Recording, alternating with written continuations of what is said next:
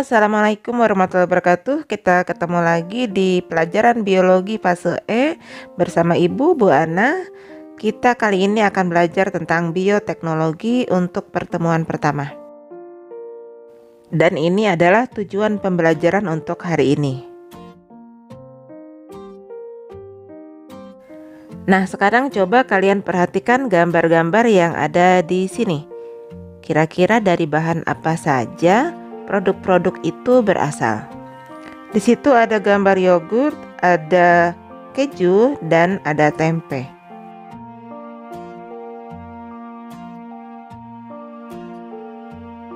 Pengertian dan prinsip dasar bioteknologi. Bioteknologi berasal dari kata bio yang artinya hidup dan teknos yang artinya teknologi. Dan bioteknologi itu berarti ilmu yang menerapkan prinsip-prinsip biologi. Secara klasik atau konvensional, bioteknologi berarti sebagai teknologi yang memanfaatkan organisme atau bagian-bagiannya untuk mendapatkan bagian dan jasa dalam skala industri untuk memenuhi kebutuhan manusia.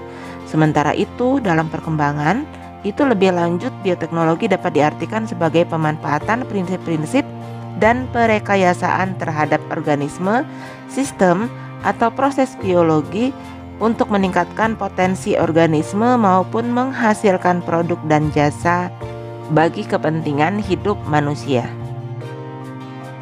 Jenis-jenis bioteknologi ada dua. Yang pertama, bioteknologi konvensional atau sederhana.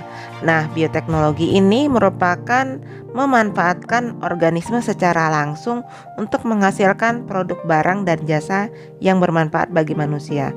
Namun, jika bioteknologi modern, itu dia melibatkan rekayasa genetika sehingga menghasilkan DNA rekombinan dan organisme transgenik yang nantinya dapat dimanfaatkan untuk menghasilkan produk yang diinginkan oleh manusia seperti bayi tabung, hormon, antibiotik, dan vaksin.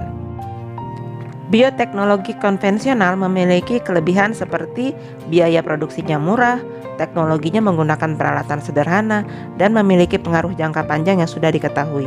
Namun memiliki kelemahan juga, seperti perbaikan genetiknya nggak terarah, terus memerlukan waktu yang relatif lama, belum ada pengkajian prinsip-prinsip ilmiah, serta hasilnya nggak dapat diperkirakan sebelumnya. Jadi, bioteknologi konvensional tidak dapat mengatasi ketidaksesuaian genetik. Kemudian reproduksinya masih dalam skala kecil. Lalu prosesnya relatif belum steril, bahkan kualitas hasil belum terjamin. Berikut ini adalah contoh dari produk bioteknologi konvensional seperti yogurt, keju, roti, kecap, tempe, dan cuka. Itu adalah produk dari pengolahan pangan.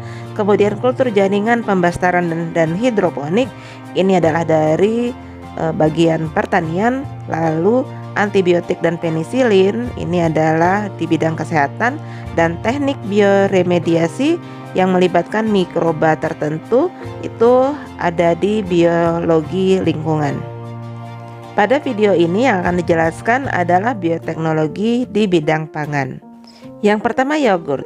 Yogurt merupakan minuman hasil fermentasi susu yang menggunakan bakteri Streptococcus thermophilus atau Lactobacillus bulgaricus. Nah, bakteri ini akan mengubah laktosa pada susu menjadi asam laktat.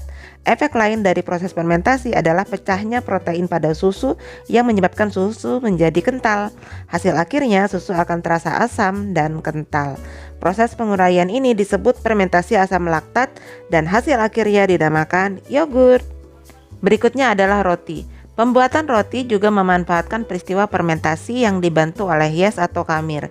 Yes merupakan sejenis jamur yang ditambahkan pada adonan tepung dan akan menimbulkan proses fermentasi. Proses ini akan menghasilkan gas karbon dioksida dan alkohol. Gas karbon dioksida itu berperan dalam mengembangkan roti, sedangkan alkohol itu akan mempengaruhi aroma dan memberi rasa pada roti. Adonan akan tampak lebih mengembang dan membesar pada saat adonan dimasukkan ke dalam oven karena gas akan mengembang pada suhu yang tinggi. Berikutnya adalah keju. Keju merupakan bahan makanan yang dihasilkan dengan memisahkan zat-zat padat pada susu melalui proses pengentalan atau koagulasi. Proses pengentalan ini dilakukan dengan bantuan bakteri Lactobacillus bulgaricus dan Streptococcus thermophilus. Nah, bakteri ini kemudian akan menghasilkan enzim renin sehingga protein pada susu akan menggumpal dan membagi susu menjadi bagian cair dan bagian yang padatan atau disebut dadih. Selanjutnya enzim renin akan mengubah gula laktosa dalam susu menjadi asam dan protein yang ada pada dadih.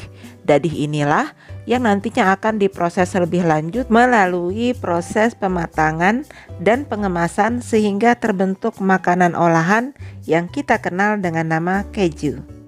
Selanjutnya kecap. Kecap merupakan salah satu produk hasil bioteknologi yang terbuat dari kacang kedelai. Kedelai akan difermentasi dengan menggunakan jamur yaitu Aspergillus wenti, kemudian dikeringkan dan direndam ke dalam larutan garam. Pembuatan kecap dilakukan melalui proses perendaman kedelai dengan larutan garam sehingga pembuatan kecap dinamakan fermentasi garam.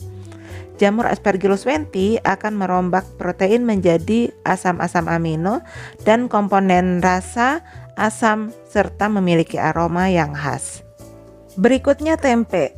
Tempe adalah makanan tradisional khas Indonesia yang sering dikonsumsi dan menjadi salah satu makanan favorit. Proses pembuatan tempe menggunakan teknik fermentasi.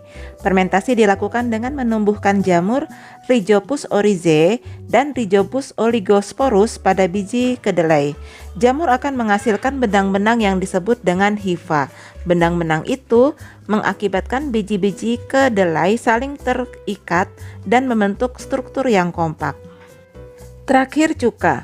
Bahan dasar pada proses pembuatan cuka adalah etanol yang dihasilkan oleh fermentasi anaerob oleh ragi. Bakteri yang digunakan seperti Azotobacter dan Gluconobacter. Bakteri kemudian akan mengoksidasi etanol menjadi asam asetat. Demikian penjelasan bioteknologi konvensional untuk teknologi pangan. Penjelasan di bidang pertanian, kesehatan, maupun lingkungan pada video yang lain ya.